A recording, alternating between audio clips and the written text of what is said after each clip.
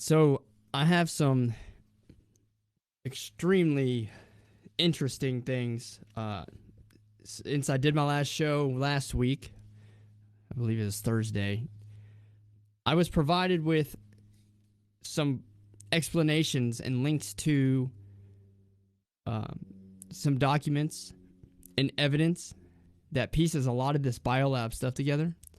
And I want to go to my my YouTube channel real quick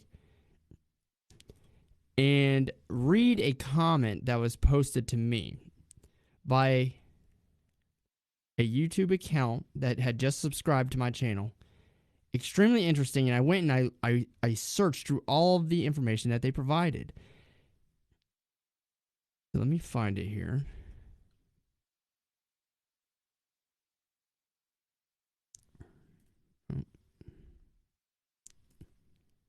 Go back to comments. So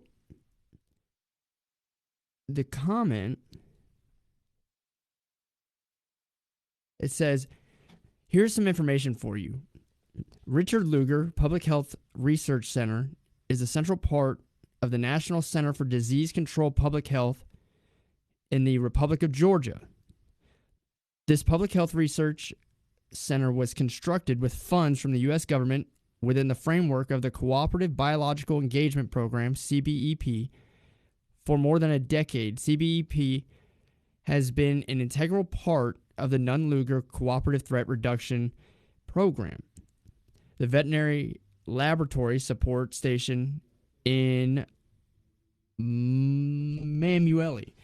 The Veterinary Laboratory Support Station in Georgia was recently upgraded to Biosafety Level 2. So, just to stop right there, the levels, these biosafety levels, describe what each of these facilities is allowed to work with, like what kind of pathogens. And, so like in Ukraine, it's a little bit backwards. They go 1 being the most dangerous pathogens, 4 being the least dangerous. Everywhere else, level 4 is the most dangerous. Level 1 is the least dangerous. I learned that. Now, this is a bio level 2 in Georgia, but they've been upgrading it. And it goes on to say that these facilities were funded through the U.S. government's Cooperative Biological Engagement Programs for more than 15 years. And it's been an integral part of the Nunn-Luger Cooperative Threat Reduction Program. Furthermore, it says that as U.S. Senators Joe Biden and John Kerry supported the CTR or the Nunn-Luger funding and opposed any amendments to the law and regulations that would prevent abuses in the former USSR.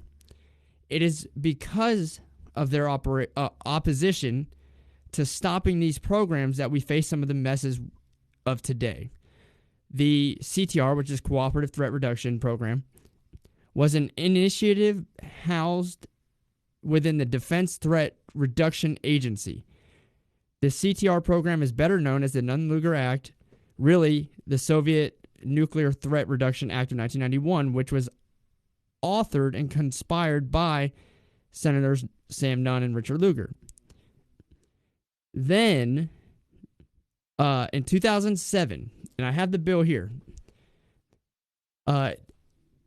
a bill was introduced called the Nunn-Luger Cooperative Threat Reduction Act of 2007. It amends the Soviet Nuclear Threat Reduction Act of 1991, the Cooperative Threat Reduction Act of 1993, and the National Defense Authorization Act for fiscal year 2000.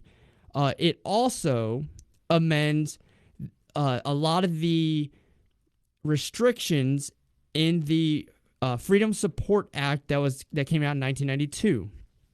So, when the Soviet Union collapsed, we wanted to take advantage of a lot of these states, these former Soviet states, and try and convert them from communist societies to capitalist societies or free market societies. This took place in Russia as well. A lot of people think Russia is a communist country. It's not. Russia went along with the other parts of the former Soviet Union, once that collapsed, they went from being a communist society immediately overnight to a free market society.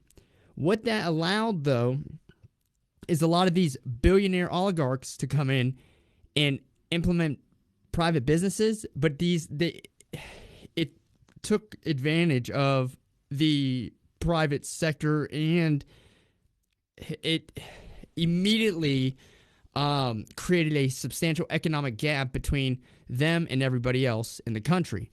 If you listen to some interviews with Putin, he talks about all this. Ultimately, these places in the Soviet Union, after it fell, had hyperinflation. Their economy went to shit. I mean, it was just a terrible time in the 90s for these former Soviet states.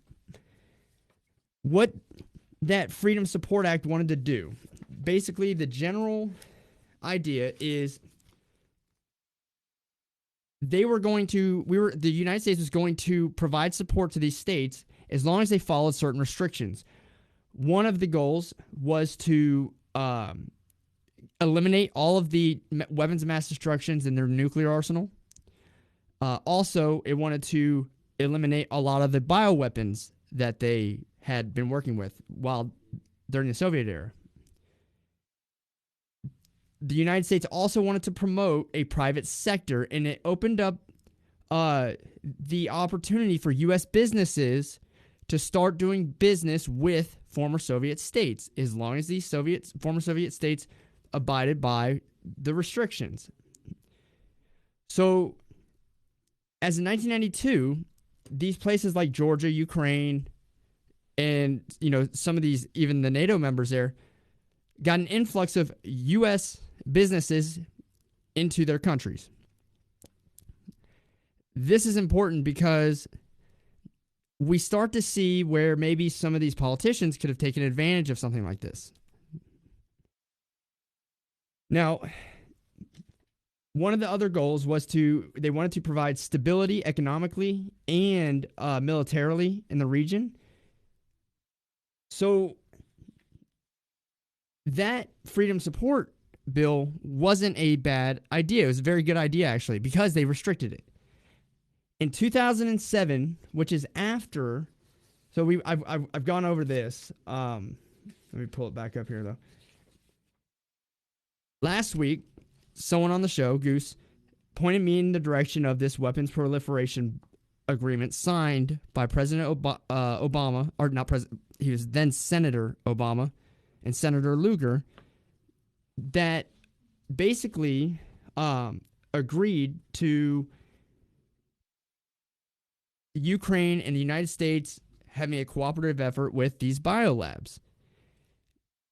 It provided about several $1 million in funding to operate these labs. I've gone over that, and I'm going to post a link again to this bill or this agreement in the description afterwards. But basically, let me read the most important part of this.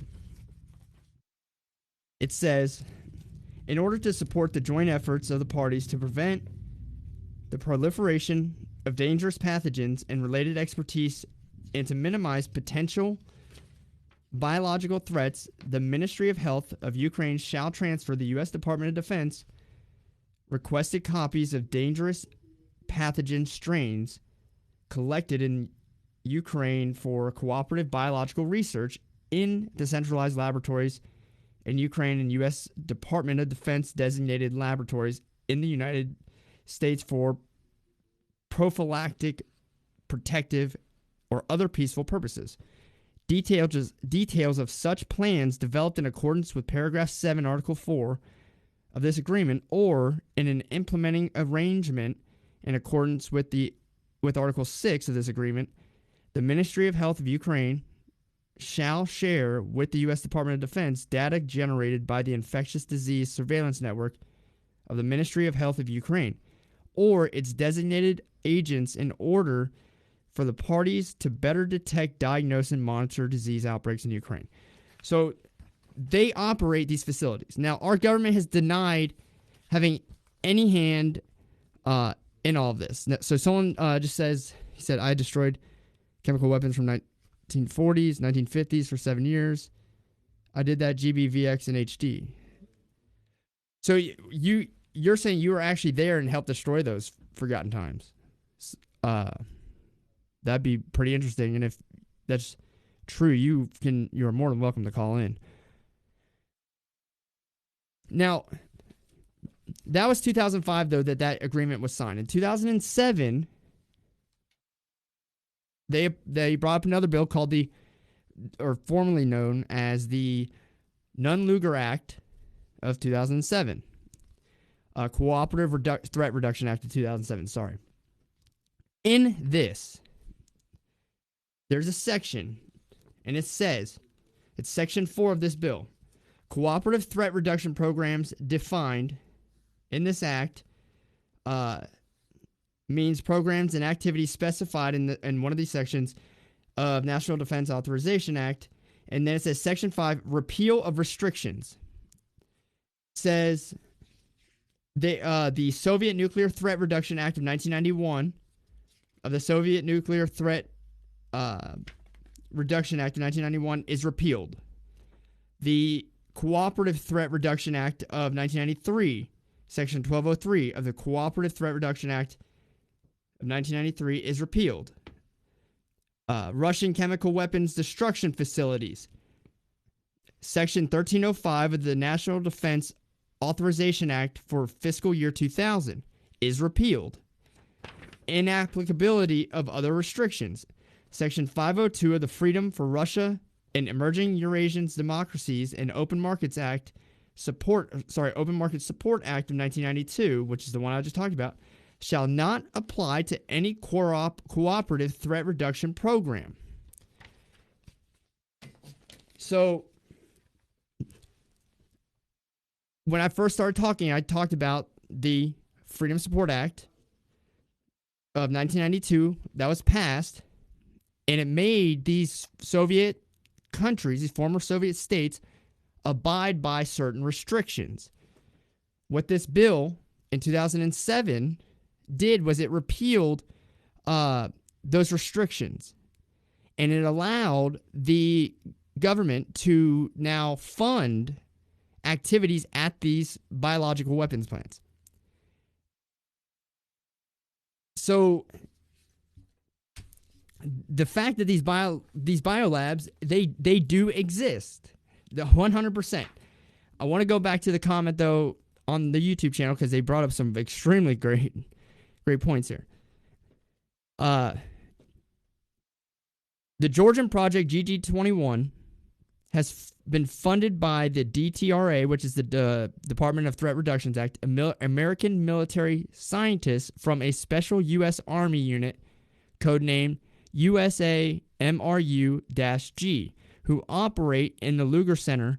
They have been given diplomatic immunity in Georgia to research bacteria, viruses, and toxins without being diplomats. The U.S. Treasury Department, let me go to the next, sorry, it's like a two-part comment here. Where's the next one?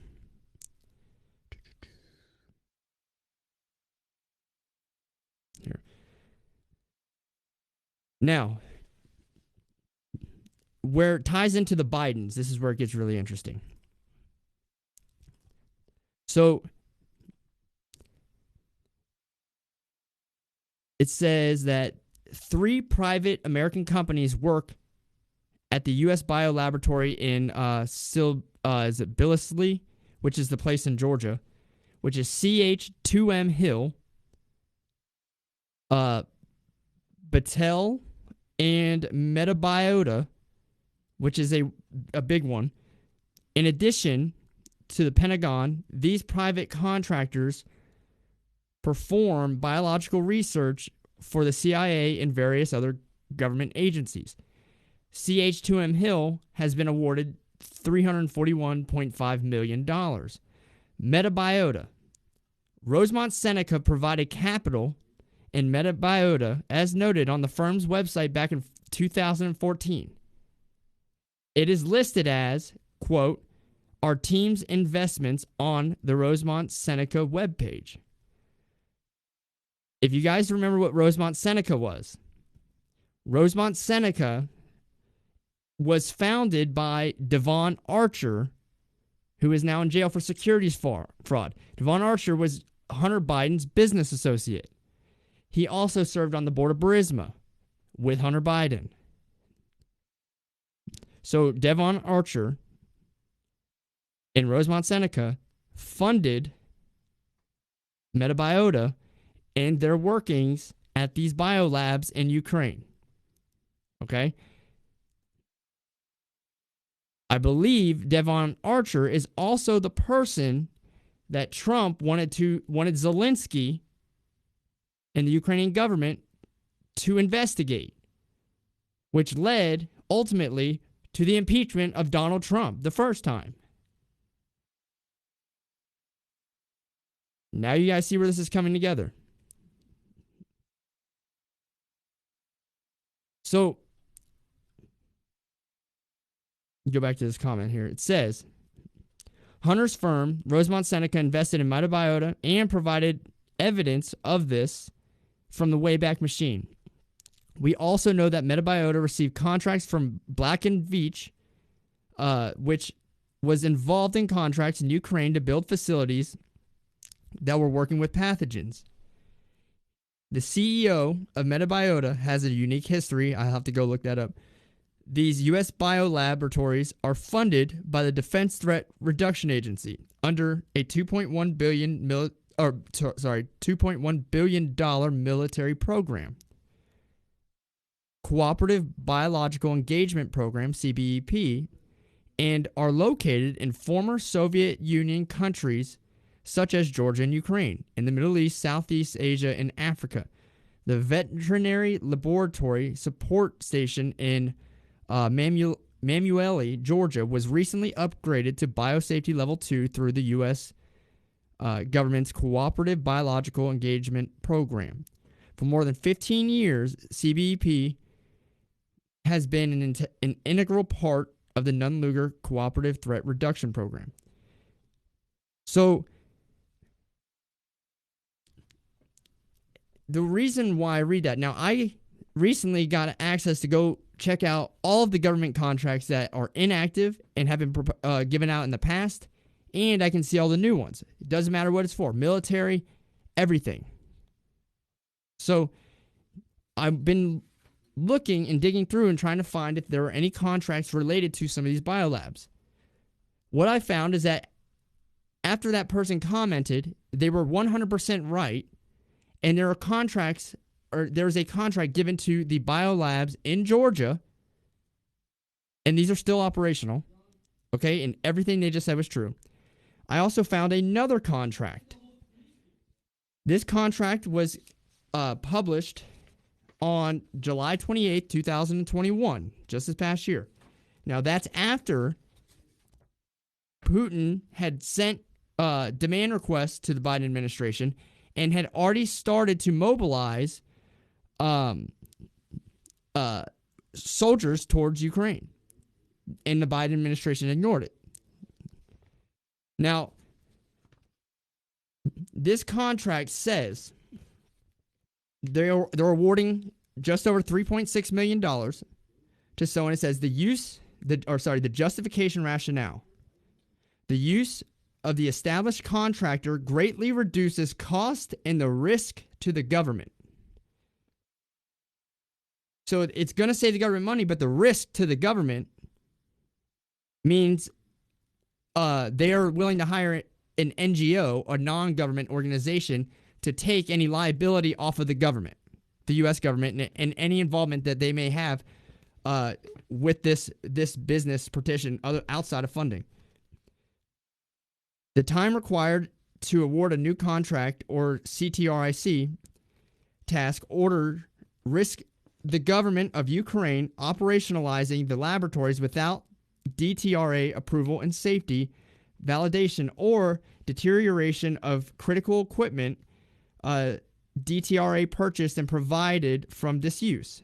Both facilities are owned by and in the custody of the government of Ukraine, but neither facility currently performs active biological work because DTRA has requested the government of Ukraine not begin work until commissioning and final works are complete. Kiev ILD is finalizing its own utility hookups, and government of Ukraine staff already occupy administrative spaces at both facilities. There exists a risk that the government of Ukraine will begin operating and modifying the laboratories without the Department of Threat Reduction Agency's knowledge and before final commissioning has been completed. It even says it in the fucking contract that there is a risk that these facilities are going to start operations in these biolabs before approval and before they check everything out, which means that the Ukrainian government was willing to move forwards with operations in this field and at these labs before anyone could check on whether or not it was safe, before anyone could check, any of that.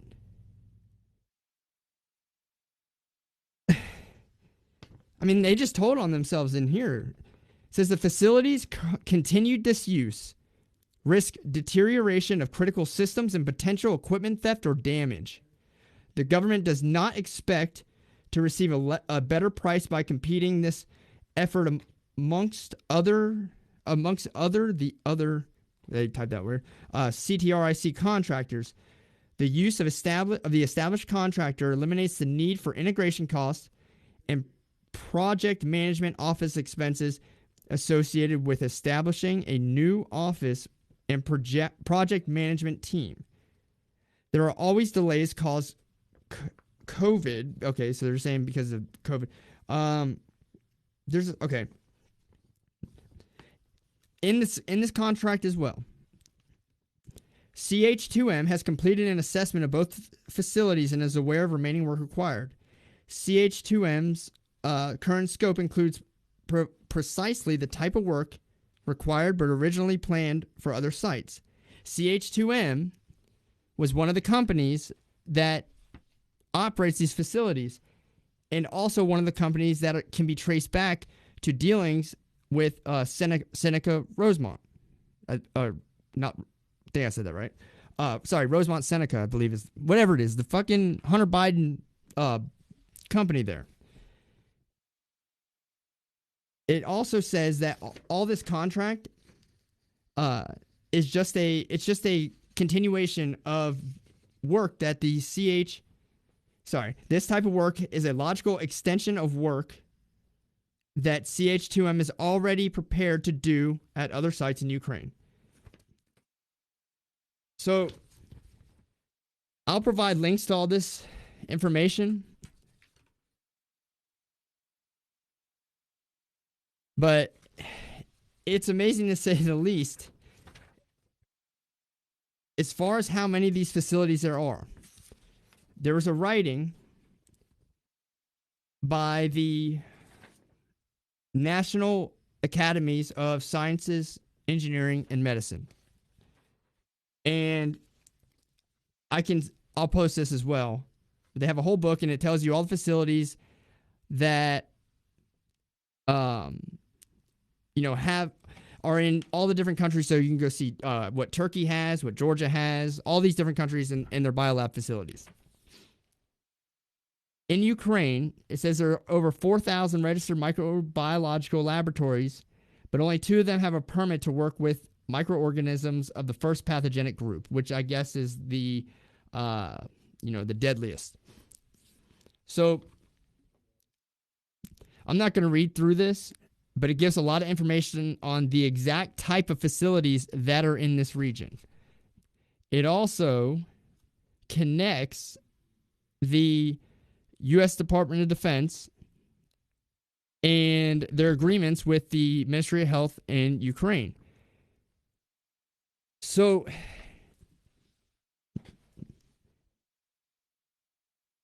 it's almost amazing how this information is out there. And the information I'm reading, by the way, is all published by the U.S. government. I'm not reading off of some random blog. Someone on my, commented on the last YouTube video I did and provided a bunch of these different connections, and I went back through and just checked them.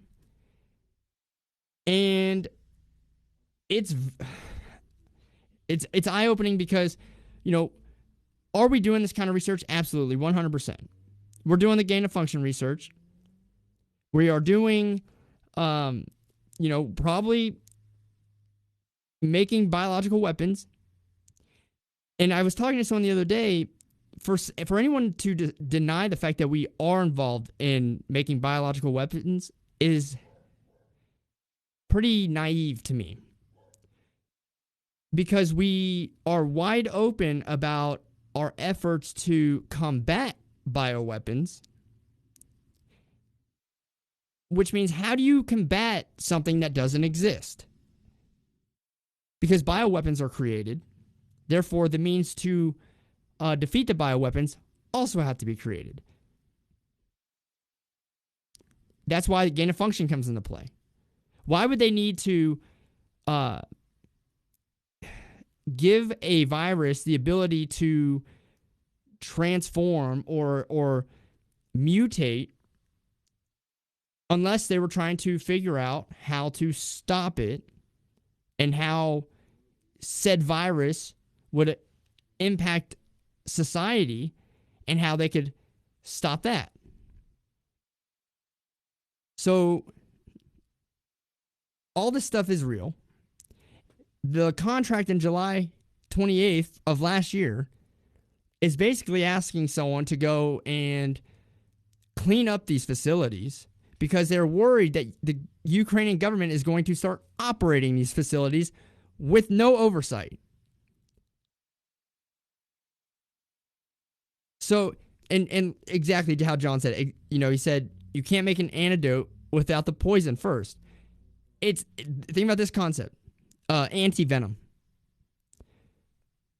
Why, to make anti-venom, you have to know what type of venom you're trying to fight. They have different anti-venoms for different snakes. And for there to be a need for anti-venom, then there has to be venom. It's the same thing with these bioweapons.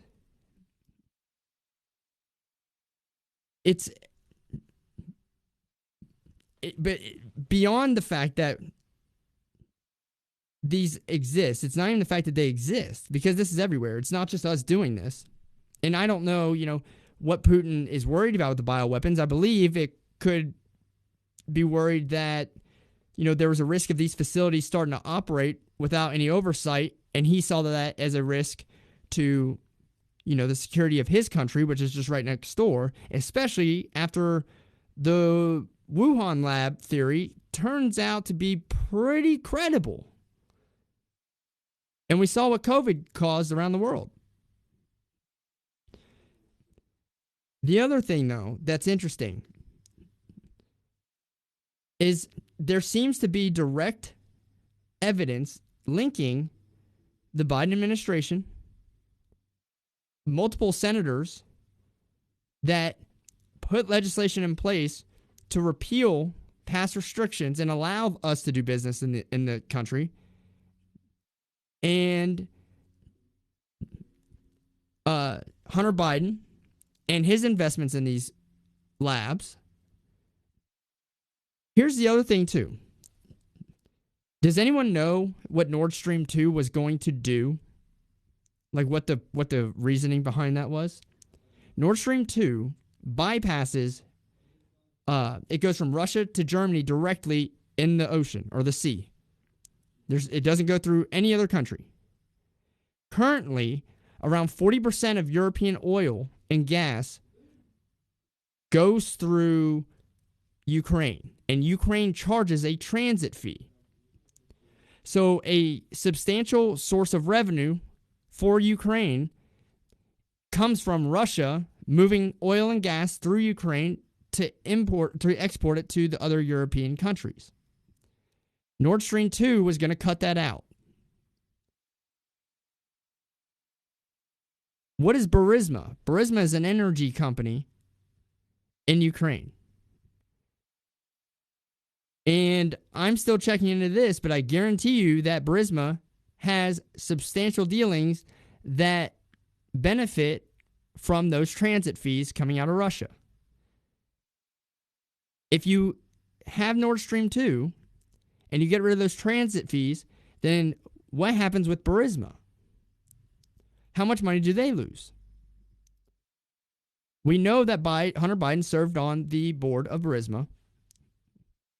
And we know that his partner, Devon Archer, was on the board of Burisma with him and was involved with funding these biolabs.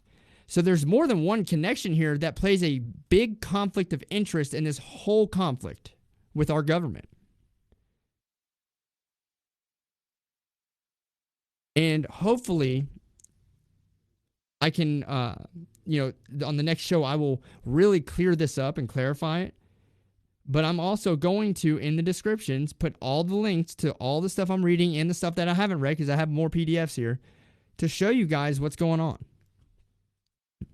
The last thing I want to point out, let me see if I can find it here, is our Senate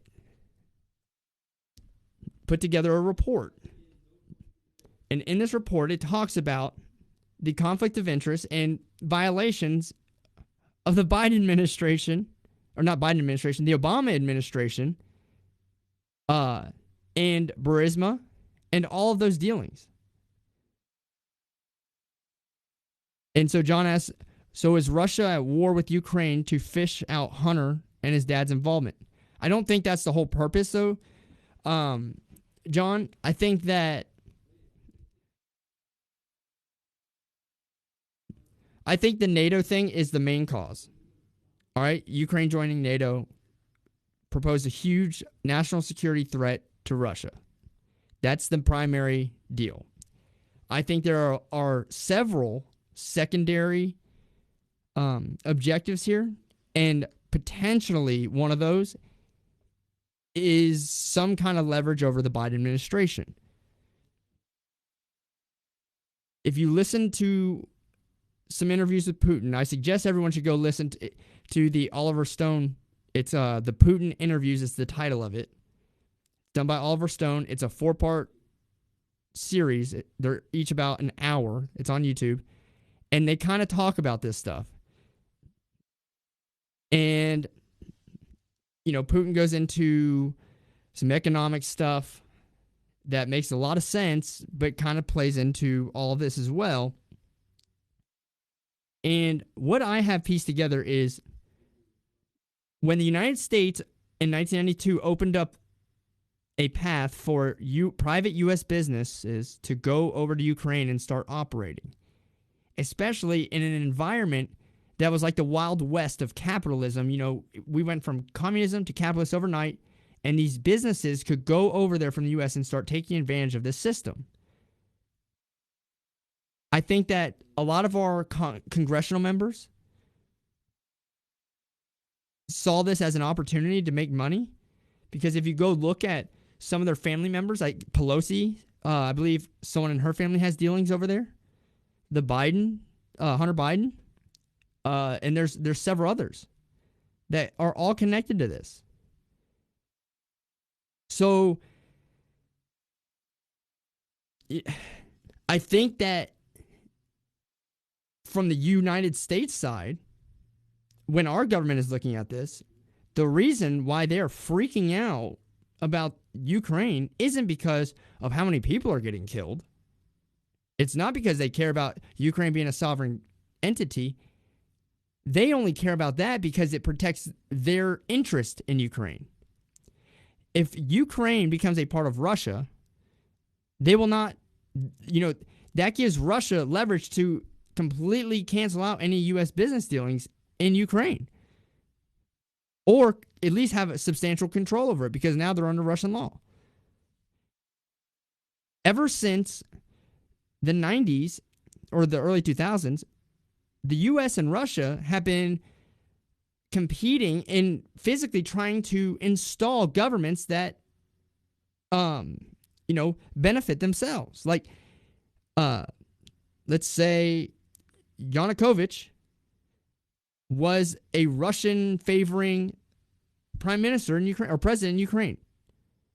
Was the other one? Yushchenko, I think it is. Right? Yushchenko. He was the one that favored the U.S. I believe his wife also worked in the Clinton administration. There are strong ties to some of these leaders that have been implemented in Ukraine, and it's been going back and forth between the U.S. and Russia. We've been in a cold proxy war in Ukraine with Russia for the last 20 years. This ultimately led to the civil war that, killed around 20,000 people. And when you watch Russia talk about that civil war, and then you watch the United States talk about the civil war, you don't know what's right. But both of them had a hand in all of this. Why? Because there's money issues. There really is. And there's strong, deep ties from people in our government in Ukraine as far as business dealings. I'm going to read this executive summary of the Senate report. It says, in late 2013 and into 2014, mass protests erupted in Kiev, Ukraine, demanding integration into Western economies and an end to systemic corruption that had plagued the country. At least 82 people were killed during the protests. This is Maidan that they're talking about, which kicked all of this off, which culminated on February 21st when Ukrainian President Viktor Yanukovych abdicated by fleeing the country. Less than 2 months later, over the span of only 28 days, the significant events involving the Bidens unfolded. On April 16, 2014, Vice President Biden met with his son's business partner, Devon Archer, at the White House. 5 days later, Vice President Biden visited Ukraine, and he soon after was described in the press as the public face of the administration's handling of Ukraine. The day after his visit, on April 22nd, Archer joined the board of Burisma. 6 days later, on April 28th, British officials seized $23 million from the London bank accounts of Burisma's owner, Mykola Zlochevsky. 14 days later, on May 12th, Hunter Biden joined the board of Burisma and took over the course of the next several years.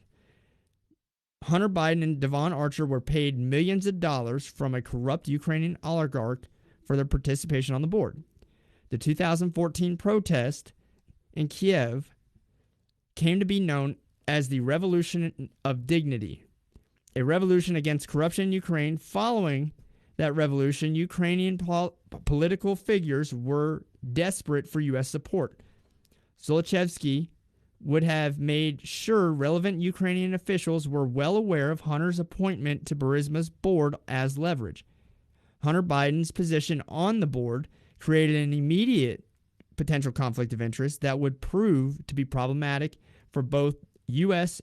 and Ukrainian officials and would affect the implementation of Ukrainian policy. It says that, all right, let me go back though. We all have seen the video of Joe Biden at one of the energy, it's some meeting they had, and on national television talk about how he coerced Ukraine into firing an attorney general that was looking into investigating his son. He said that he would withhold $1 billion loan that was supposed to be like a guaranteed loan, by the way, from Ukraine unless they fired him. The funnier thing is that when you go onto Google and you see the fact checkers on all these sites saying he never said that, and I'm watching a video on YouTube that literally shows the motherfucker saying, if you don't fire this investigator, you're not going to get the $1 billion. You have 6 hours, and they fired his ass. And he's laughing about it.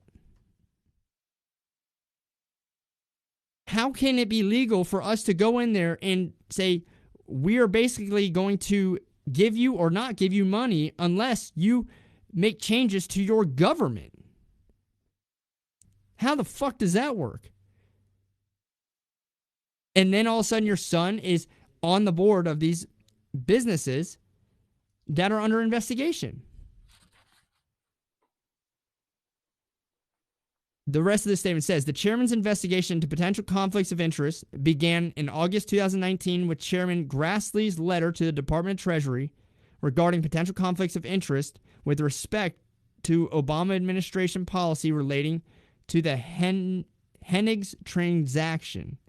During the Obama administration, the Committee on Foreign Investment in the United States approved a transaction that gave control over Hennigs, an American maker of anti-vibration technologies with military applications, to a Chinese government-owned aviation company and a Chinese-based investment firm with established ties to the Chinese government. One of the companies involved in the Hennigs transaction was a $1 billion private investment fund called Bohee Harvest RST, or BHR for short. BHR was formed in November 2013 by a merger between the Chinese government linked from Bowie Capital and a company named Rosemont Seneca Partners. Rosemont Seneca was formed in 2009 by Hunter Biden, the son of then Vice President Joe Biden, by Chris Hines, the stepson of former Secretary of State John Kerry, and others.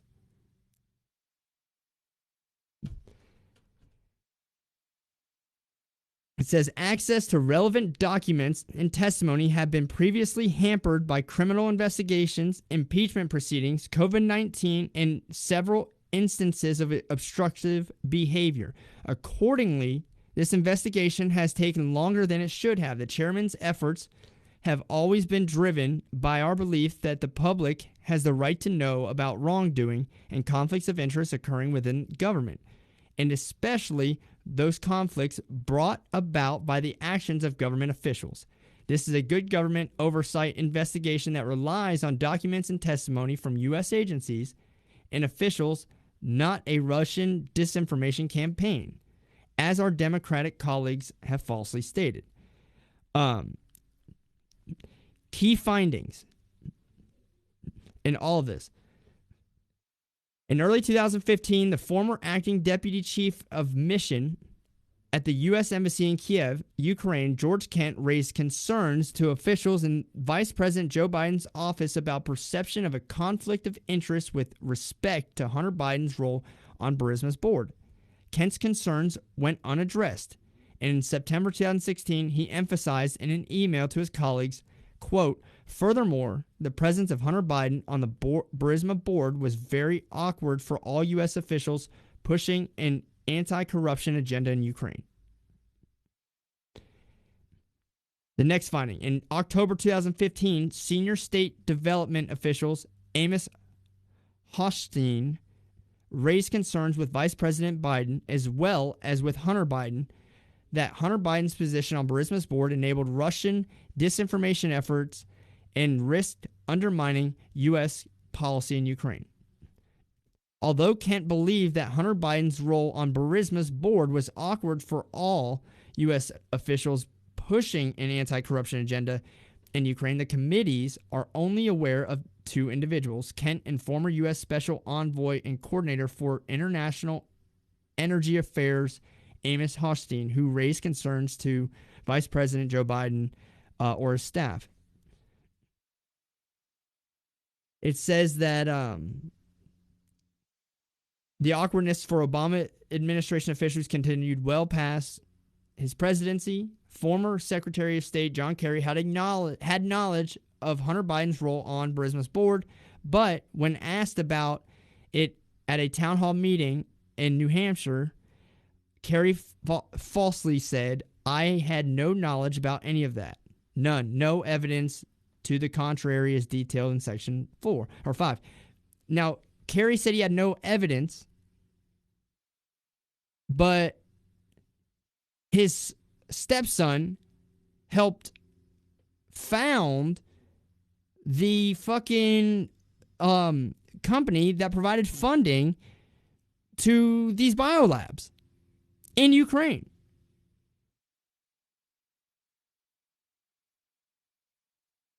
Again, I'm not getting this from any blogs.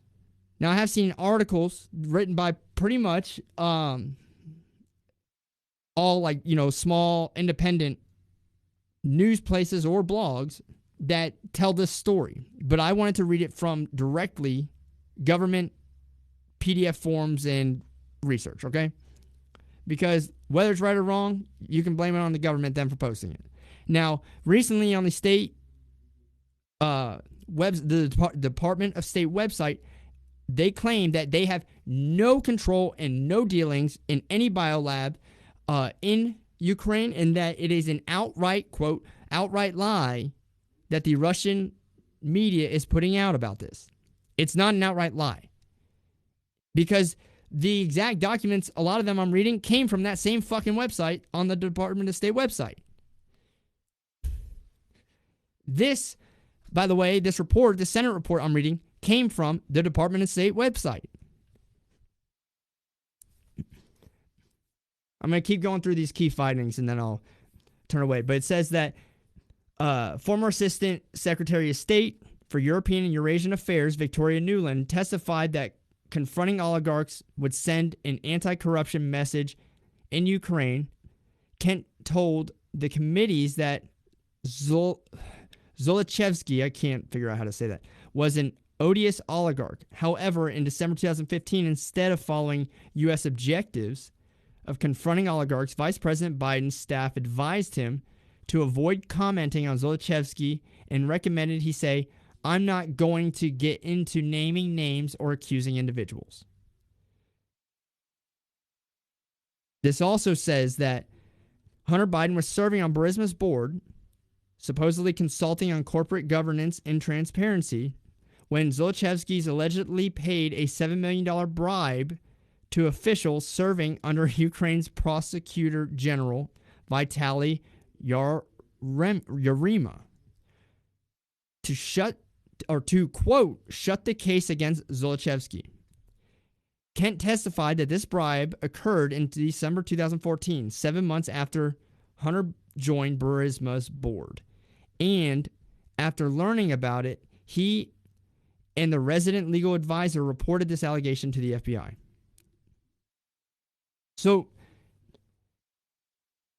that prosecutor general, Vitaly Yarema, is the one I believe that Joe Biden had fired in that crazy act of coercion for, that he threatened to withhold the $1 billion. It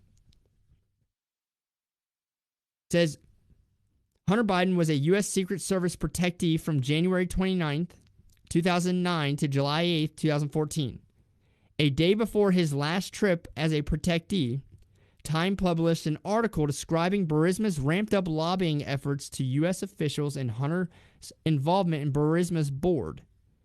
Before ending his protective detail, Hunter Biden received Secret Service protection on trips to multiple foreign locations, including Moscow, Beijing, Doha, Paris, Seoul, Manila, Tokyo, Mexico City, Milan, Florence, Shanghai, Geneva, London, Dublin, Munich, Berlin, Bogota, Abu Dhabi, Nairobi, Hong Kong, Taipei, Buenos Aires, Copenhagen, Johannesburg, Brussels, Madrid, Mumbai, and Lake Como. Now, I want you to think about that. I just read off fucking 20 damn trips he took on taxpayer money. This is the son. This isn't the fucking president or the vice president securing foreign relations here. This is Biden's son, a grown adult. What the fuck is he traveling all this much for and it being paid for by taxpayers? Think about this. That's called a junket. Imagine, look let's just say Malia or Sasha Obama just started making trips across the world with the Secret Service and taxpayer money.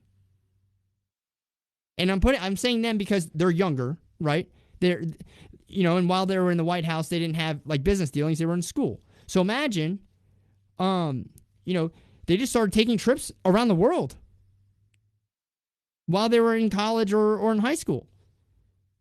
It's the same thing here. So just that in itself, and then not to mention, he was doing this for business purposes, and that they're using leverage and who his dad is to do that. Like, if you think it's not true, you're crazy. You're crazy. I mean, I wouldn't expect anything other than that. By the time Trump was in office, his kids were already running the business. So they didn't necessarily need Donald Trump's name to go and do this. But don't think that before, like leading up into that, as they grew older and before Trump was in office, that they didn't use the dad's name to help them with business dealings. They would. That's normal. Now, Raccoon, I accepted that call there. And try calling it again. I don't know if you're on the panel or not. He's muted. Okay. I mean, does anyone listening truly believe that, be it yourself or anyone else, if their dad wasn't a powerful person, they would not leverage the name of their father for business purposes? Whether you even do it directly or indirectly, it still holds a lot of weight. Even if Hunter Biden didn't bring up his dad ever and try to use him as leverage, they still knew who he was. And they knew, that there's interest there, or that there's a lot of power behind that name. So, this is just stuff to take into consideration. Next thing it says, Andriy Telizhenko, the Democrats' personification of Russian disinformation, met with the Obama administration officials, including Elizabeth Zentos, a member of Obama's National Security Council, at least 10 times. A Democrat lobbying firm, Blue Star Strategies, contracted with Telizhenko from 2016 to 2017 and continued to request his assistance as recent as the summer of 2019. A recent news article detailed other extensive contacts between Telizhenko and the Obama administration officials. In addition to the over $4 million paid by Burisma for Hunter Biden's and Archer's board memberships, Hunter Biden and his family and Archer received millions of dollars from foreign nationals with questionable backgrounds. Archer received $142,300 from Kengiz Rakishev, of Kazakhstan, purportedly for a car the same day Vice President Joe Biden appeared with Ukrainian Prime Minister Arseniy Yatsenyuk and addressed Ukrainian legislators in Kiev regarding Russia's actions in Crimea. Hunter Biden also received a $3.5 million wire transfer from Alina Baturina, the wife of the former mayor of Moscow.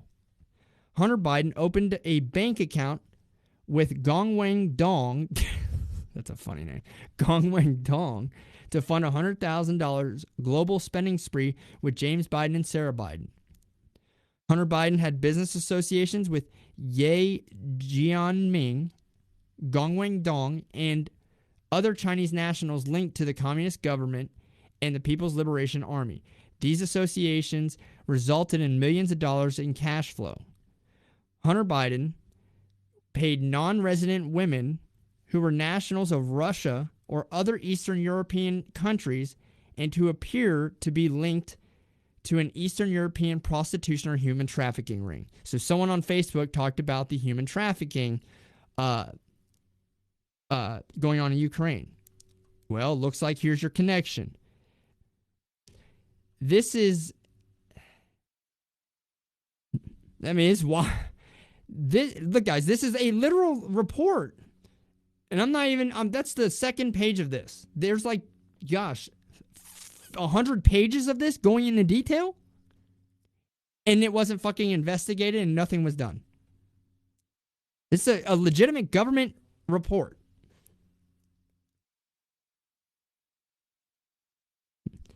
The Senate, I love reading this. I mean, I could read it all day. I guess it's so long, though. I'm not even gonna. But it's so amazing how the more you read, the more shit just opens up. And it's amazing how a lot of this stuff is connected. I know Raccoon is going to say, "I told you, Michael." Yeah, I hear you, Raccoon. And he's unmuted now. There he is. I hear you, Michael. Shut up. Michael, it also goes even deeper than that, but I will just give you one name that will surmise your entire report right there. Mm-hmm. Klaus Schwab. So I saw that. World Where did I Economic see that? Forum. No, but I saw that in one of my reports here, and I cannot remember where the hell I saw it. I was reading something, and it was Hunter Biden's name. Klaus Schwab was in there with something. I know you mentioned one of Kerry's stepsons, but I've even heard other names, and I've even seen on Twitter too that one of the sons of Nancy Pelosi and one of the sons of Mitt Romney potentially being implicated in dirty dealings going on in Ukraine and other countries. So I think the Pelosi's was somewhere in Georgia, which probably has something to do. Look, guys, the Georgia stuff that I brought up earlier, like I actually found the contract for this. Okay? Like this stuff it's not bullshit. This is literally government contracts that were to be handed out or have already been handed out. The one for the one I read earlier, okay, which is, let me see, right here. I'll show it to the screen so those on Facebook can see. See, it's got the redacted confidential stuff. And it says, where's it at? Oh, go to the front page of it, wherever I have it. And it gives the total amounts. I mean, it's literally to the penny on how much they were going to pay for this contract. It's $3,600,000 and some thousand to the penny that they have. And then when they say that, okay, we don't do the gain of function research, here's another contract right here that, let's see, let me find it. And it talked about, it was like a $24 million contract funding gain of function research just right here in the United States and sending it overseas. The contract also stated that they are wanting to work in areas of Eastern Africa and former Soviet countries like Ukraine, Georgia, and all of that. $24 million contract for gain of function research. Hey, Mike, something else on that. You know, these people who are in charge of our government, who believe they're the ultimate rulers of our government, their families, I'm not just talking about the top three that you named off, but the families of these government officials are so embedded in this corruption that they'll all end up either being set free or go to jail, and they'll never be heard from again.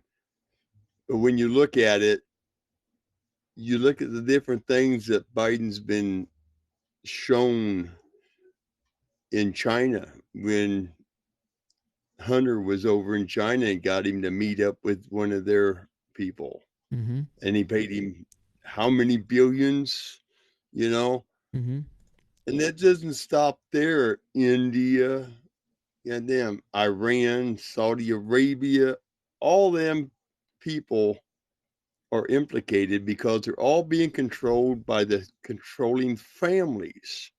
Those controlling families, their bloodline seeps in to all these different other people around the world who control everything. I mean, if you really want to go to a rabbit hole, you'll find out that the United States doesn't even own the United States. It's owned by a French family whose son was a survivor of the French Revolution, and his adopted father give him the rights to the United States because it was given to him. He controls all the railroad tracks in this country. Nothing that goes on railroad tracks doesn't go through this guy's table. He says, yeah, okay, shut those spur lines down and only run these because those are the most profitable. Mm-hmm. That's why our rail system has gone to crap. I mean, these people control everything. Congress is in charge of all commerce in the world, or in the United States. And really in the world, as we're control seeing, commerce within, And I would make the argument that they control it in the entire world, because look what they're doing to Russia's economy right now. Well, yeah, right. Yeah, they basically control it in the world, but it's given, their power is given to them in the other countries by the controlling families, because we're the powerhouse of the world. That's why we give money out. It's for the money laundering that goes on with all these family members throughout every facet. Mm-hmm. I mean, I've got so much downloaded. It took me almost 3 years to read through all of it. But it is so deep that if we don't do something drastic, that will probably cause a hell of a lot of turmoil around the world for a few years. You have to remember, our revolution lasted 4 years back in 1770s. Mm-hmm. 4 years. Now we're going to have to face this thing and take it out whole so that no rats get off of that sinking ship. Because if one rat gets off, it'll breed more rats later on. And in 100 years or 50 years or 25 years, you'll see this crap coming back at us again. It'll be a total round the clock thing. It's a cycle that happens. And every 400 years, these cycles happen, but nobody's paying attention to it. And it's right there in the history. It's right there.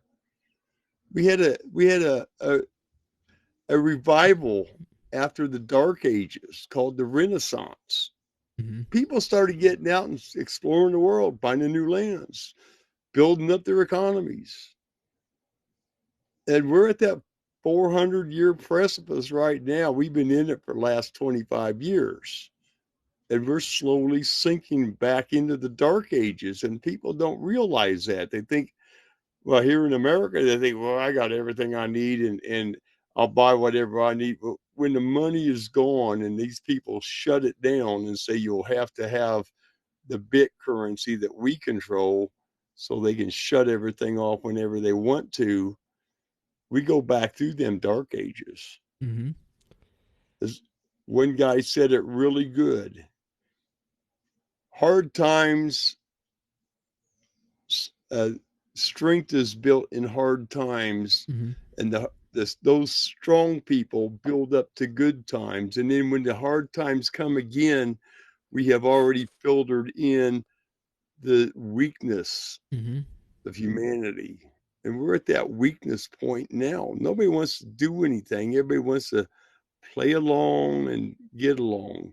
Yeah. But sometimes you have to stand up and you got to rock the boat so everybody realizes the damn thing can sink at any moment. Because that's what they're doing. They're sinking the ship. And like I said earlier, one other time, if Hillary had gotten this thing, we'd already be in the hole right now, so deep we would never get out of it. And most of the people in the world would probably be killed off by now by all these things they had planned for us. And some of the stuff they had planned for us is hideous. And now they're talking about they want to inject our fruit so we get these different bugs and stuff in our food. Well, they've been poisoning us for goddamn 100 years now. Slowly poisoning you so they can drain your money into the system and get rid of you. They won't cure nothing because they don't make a profit. It all comes down to the three most important things in this world right now is power, money, and control. Without that, they don't want you being self-sufficient. They don't want you growing your own vegetables. They don't want you having your own power. They don't want you doing this and doing that because they have no control over it without going out and either killing you or arresting you and throwing you in jail and nobody ever sees you again. But those are the important things. So I'll shut up now and I'll let you go ahead. No, you're good. I mean, I just wanted to lay all the stuff that I had found. Go ahead, Derek.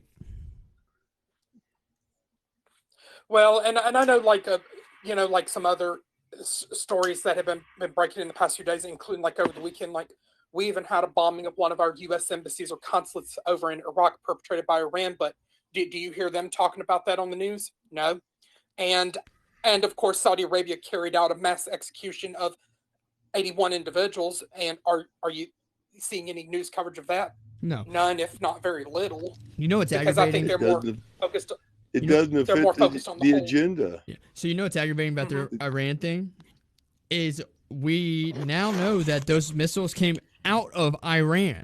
Like, this wasn't even, I don't think, Iranian rebels like in Iraq. No, this was Iran. Right next door to Iraq. Yeah, this is Iran's Guard. What is it? There's a formal name for it that launched these missiles. And okay, there was no damage or no casualties. Okay, so I guess the benchmark is you can shoot a gun into a crowded room as long as you don't hit anybody. That's what we're talking, right? Is that what we're going for here? So as long as you don't hit you can think fire in a crowded studio, but if you say it, then that's bad. Well, no. No, you can just shoot the gun at, whatever, just randomly shoot it into a crowded fucking room. If you don't hit anyone, though, there's no consequences. That's what who cares if it was under construction? Who cares if there was anybody there? Who cares if they missed? They launched rockets from Iran. The Iranian military launched rockets from Iran, first of all, into a city in another country, a crowded city. Second of all, with the intent of destroying a U.S. Government building. How is that not an act of war? How is that not? And they say, oh, it's in well, they say, it's in they're responding to something that Israel did. Well, then fucking launch them at Israel, not us. The fuck you doing? I mean, I'm not saying it's good either way, but how are we not looking at this like, hey, we got problems, and if you see, that's the difference, right? They launched some missiles at our base, I think, after Trump killed Soleimani. That's a little more understandable. We killed one of their citizens and a high-up citizen, so they launched a missile back at us. Okay, you can argue that. But you're saying... That guy was also involved in killing a lot of our U.S. soldiers. Oh, we should have blown him away. Oh, yeah, we should have blown him away. Teaching that stuff. Yeah, no, hold on. We should have took out the whole crowd. Oh, yeah, I'm just saying that in Iran's position, okay, responding to the U.S. because of something the U.S. did is one thing, all right? Responding to the U.S. because of something Israel did is another. And Mike, something that you have to emphasize here is, see, we've been bred out of the system as far as what actions can be taken in case of a war strategy or an act of war. An act of war is bombing a damn government building. Okay. Mm-hmm. Now we've been dumbed down. Oh, raccoon got. Don't. Oh, sorry. Go, hey, start over. You went mute there for a second. You said you've been dumbing down. Okay. What? We've been dumbed down to the consequences that are allowed to be done on these things. An act of war was committed against us with Iran for bombing our Dagon embassy. Or trying to. Just the attempt. But it doesn't make any difference. That is an act of war in our law. Yeah. And people say, well, they were thinking about something else. Yeah, right. I mean, Jimmy Carter screwed us. I had just gotten out of the army when they sent over everybody to free out the people being held hostages. And what did he do?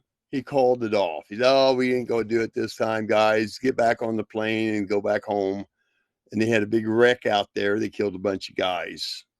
Aircraft collided with each other in a sandstorm that they created with the props. But our people, they don't want to have on their mind the fact that if you kill somebody in the United States, you're supposed to be put to death. Okay? Public executions. People are being told over and over, oh, you don't want that. You don't want that. You don't want that on your hands. And this is what happens. We get stomped on. Our government stomps on us. The world stomps on us, and nobody gives a damn about it here in the United States because they got their big color TV in front of them with all their tapes and discs to play all their movies and stuff. But they don't want to face the fact that they're next. Mm-hmm. If we don't get control of this crap that's happening right now with our government and the people involved in all this crap, we're not going to be around much longer. They're going to take us down and they're going to kill every human on this daggone country is going to be wasted because they don't want the people. They want the land. They want the resources. They want to be able to grow more food for their own people. If anybody's left over, they'll be slaves working on a farm doing shit they never thought they would be able to do. Pulling weeds and planting and getting dirty, and nobody cares.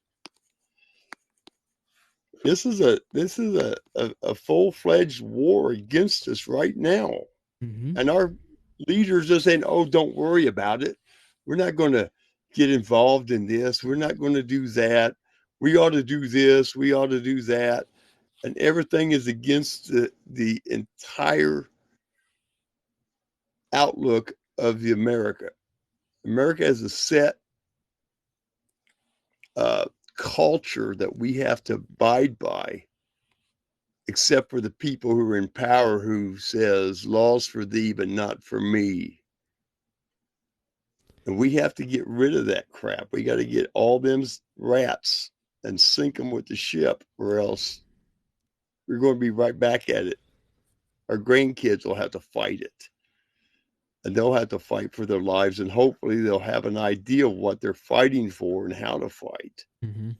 Because people in the United States do not want to fight. They don't know how to fight. They've never been put in a position to fight for anything outside of a classroom. If somebody offends them, all hell's going to break loose. It's going to be on the 5 o'clock news that you said something to somebody and they got upset and called their congressman. Now you're in handcuffs. Well, my rights don't stop where somebody's feelings get hurt. Yeah, I agree. And we don't realize that. People do not realize it a bit. Yeah.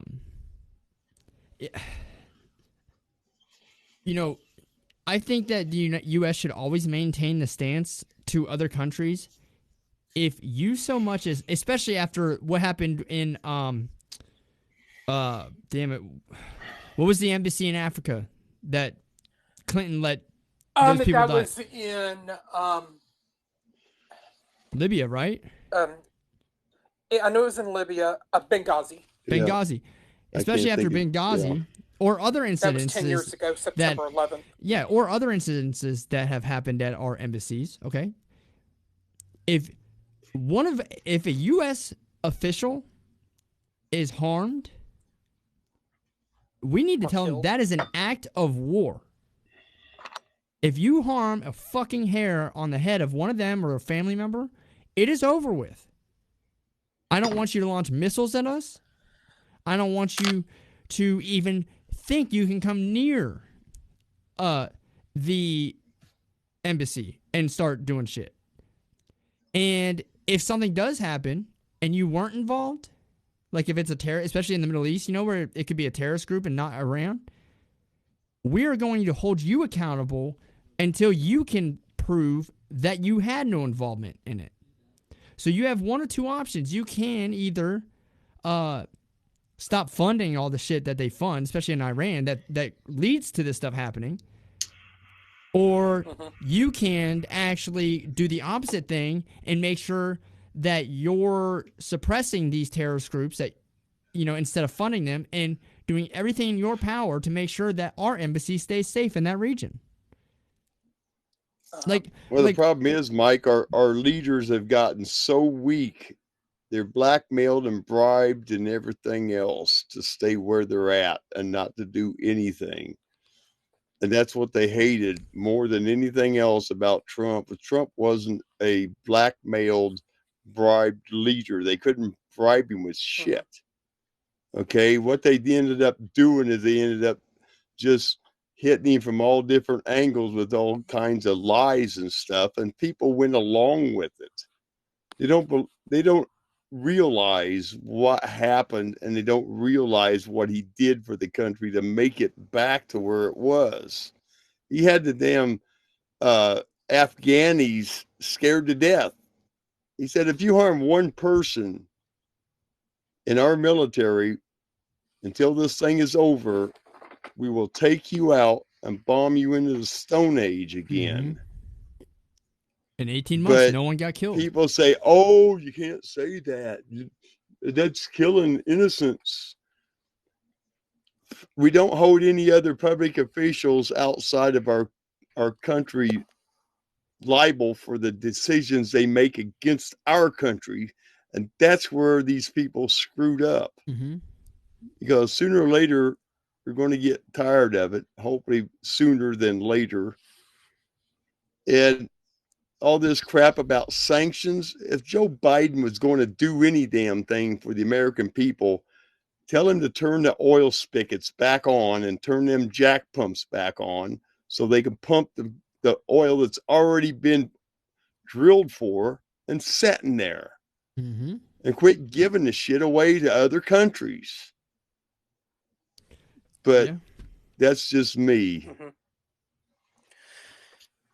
And I know how, like we were talking about, like the consulate embassy bombing in Iraq, and then September will be the 10th anniversary of Benghazi. Like I still remember that the Benghazi and how it happened on Hillary's watch, and the dereliction of duty and potential violation of her oath of office there. And I liked how, when Hillary was brought before Congress to testify about that, and how Rand Paul held her accountable, basically tearing her a new one. But I think we kind of have a government, like you say, Raccoon, like where members of the government, whether they're in the legislative body or the executive branch, that are weak, and it's like they resort to protecting these terrorist thugs when their job is really to be protecting the American people.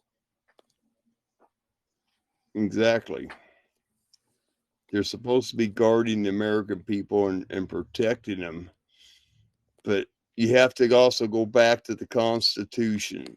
Okay, we have the right to take out a daggone totalitarian government or a authoritarian government that is trying to rule us without representation, which is what they've been doing for a long, long time, since World War II, actually. And people need to wake up. It's our duty to protect ourselves. Because like Ben Franklin and Thomas Jefferson, a whole bunch quoted each other on this. If we give up one right for security, we deserve neither. And we're down to the neither right now. Yeah. The oil and gas thing gets me. Because wasn't Nord Stream 2 one of the first things that they cut out, the approval of the Nord Stream 2 as a sanction for this conflict? Well, wouldn't that benefit Biden, theoretically? Because then that gas has to keep moving through Ukraine? he's getting money laundered out to him from other directions. I know, I but mean, this as is far just as where you small could pinpoint it, potatoes. but as far as where you could pinpoint potential, it's still a major conflict of interest, right? How about the human trafficking going through there, Mm-hmm. and other money laundering organizations that are based out of there? I mean, this isn't about the people of Ukraine. It's about stopping the crap that they've allowed through their government officials who are puppets more than anything else. And the Dagon Azeo tribe, they got running mad around there shooting individuals because they don't conform to the Nazi regime changes. Okay. There's a lot of stuff that people don't look at because they say, well, that can't be possible. That, anything today is possible. Anything. Yeah. But people don't want to look at it. They just say, oh, I don't want to look at that. It depresses me. It shouldn't depress you. It should piss you off to no end.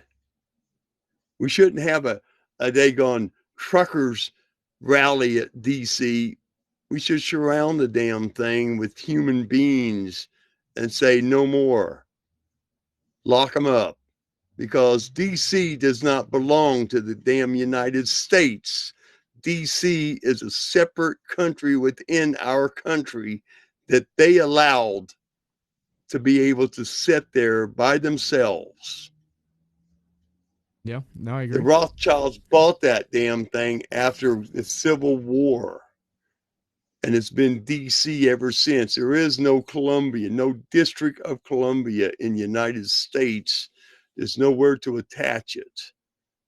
We don't have a Columbia here. But we have a country within a country. We should isolate that damn country and force them people to either get the hell out of the buildings and turn themselves in or go in there and round them up, because we have a lot of National Guard who are still under the jurisdiction of the damn U.S. Marshals. They were deputized. And from a friend of mine who's in the U.S. Marshals, he said that has never been rescinded yet. So what's the problem? They don't want to see it.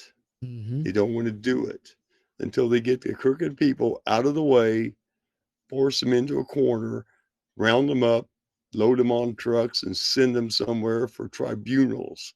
No civil court, because there's no plea bargains with tyranny and treason, crimes against humanity.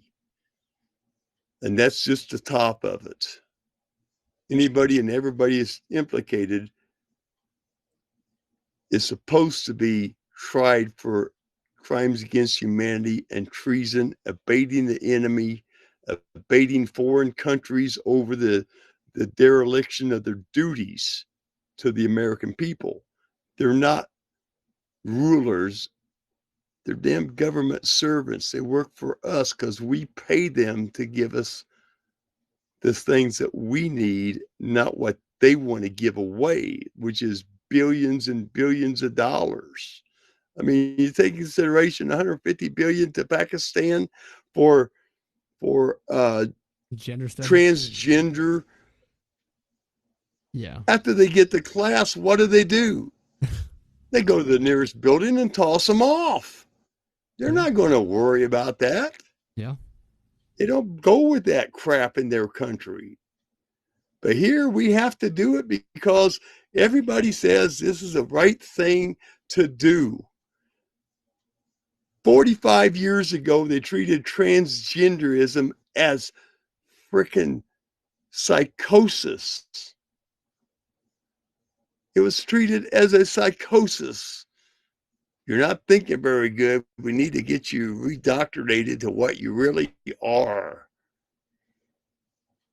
But no, they don't do that anymore. It runs free. We're Babylon right now. We're the new Babylon. And if we don't get our head out of our butt, we're going to fall real quick. But people don't want to understand that. They don't want to take the time to think about it. And don't even ask them to take and research the questions, find the information, because it cuts in on their gym time or their movie time or going out to eat time or spending time with their families. It's kind of hard to spend the time with your family in 5 years when your family got killed. Yeah. But people don't want to see that. They don't want to hear those things because it upsets them. I upset a lot of people. Hopefully, nobody takes it too disingenuous that I'm picking on anybody, but that's what we're facing right now. They're trying to get us to take mass transit.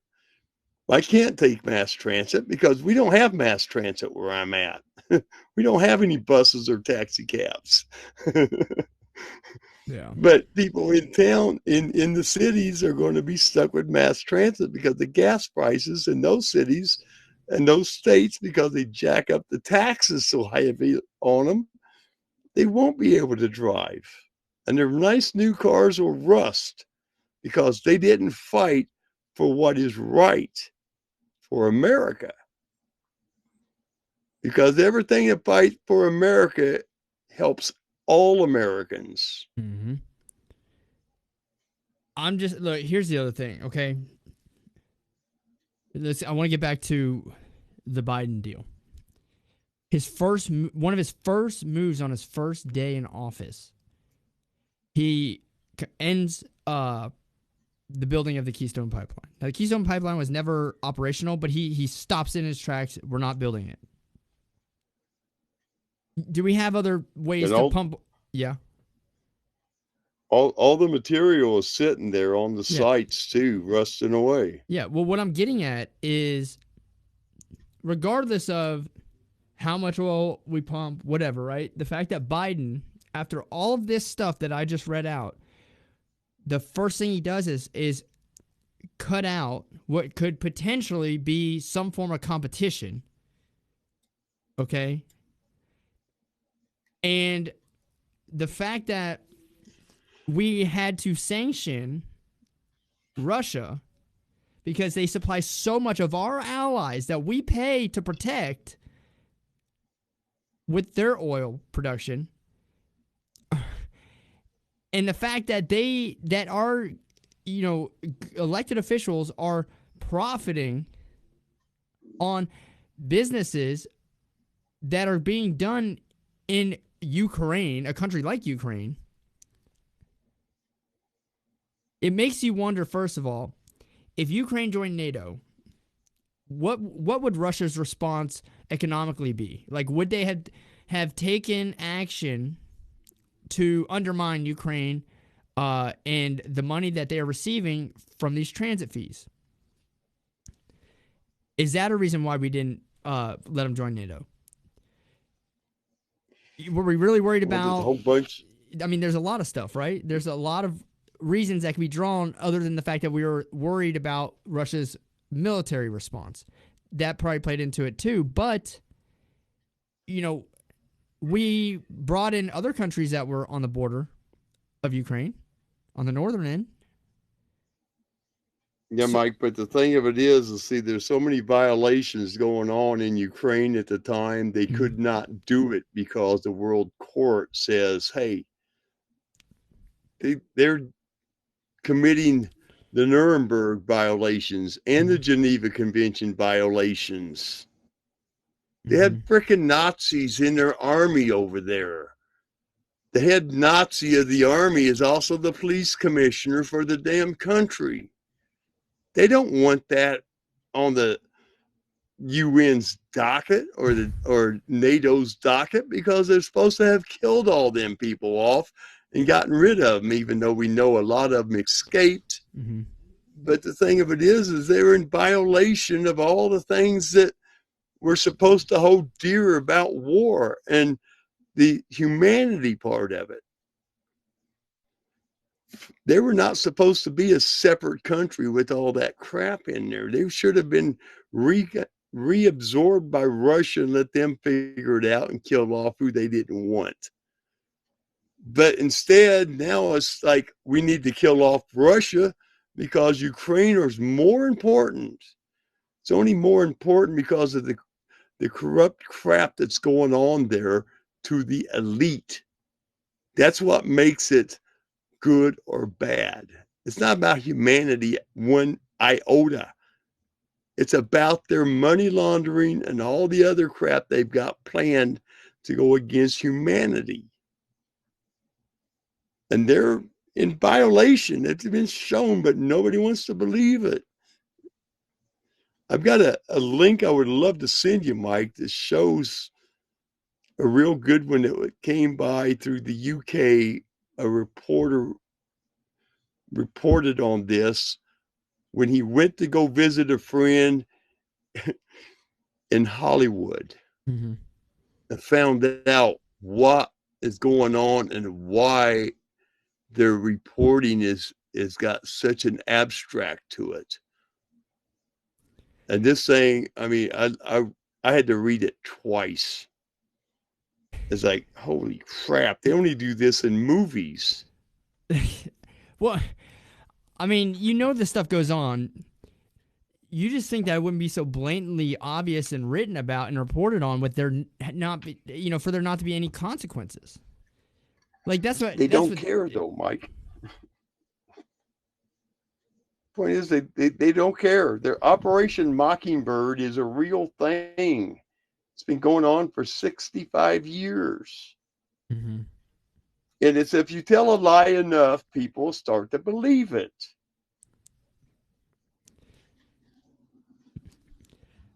I bet you could go and find laws in Ukraine that have been implemented or eradicated between 2005 and whenever Hunter Biden's tenure ended in Ukraine, or probably I would say the end of the Obama administration, so in 2016, that were beneficial to burisma or to some form of business enterprise that these, Kerry and Pelosi and all them's family members were taking part in. I guarantee it. And this is a big problem, especially now, and I don't think there is a coincidence that we are seeing a major full-scale invasion of Russia into Ukraine, and we had major dealings in private enterprises, not government dealings. These are private dealings, okay, but contracted by our government, Department of Defense at that, in Ukraine. There can't be just a coincidence to this. In fact, it's impossible for there to be a coincidence, especially when you see the role that our government has played in trying to oust certain presidents and higher-ups, and the role that the Russian government has played in doing the exact same thing. So, I mean, I'm just rolling down this report, and it's just expanding on all of the detail that led to all this. And you can't just make a report like this up, honestly. You can't. When you see it, I mean, it's long for one, but you just can't do it. So it has to be, at least the majority of it, factual.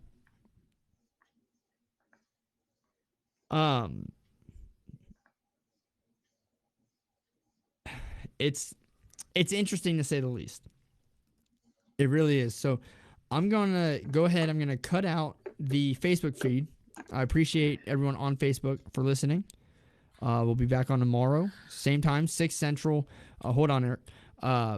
And I appreciate you guys for listening. Thank you.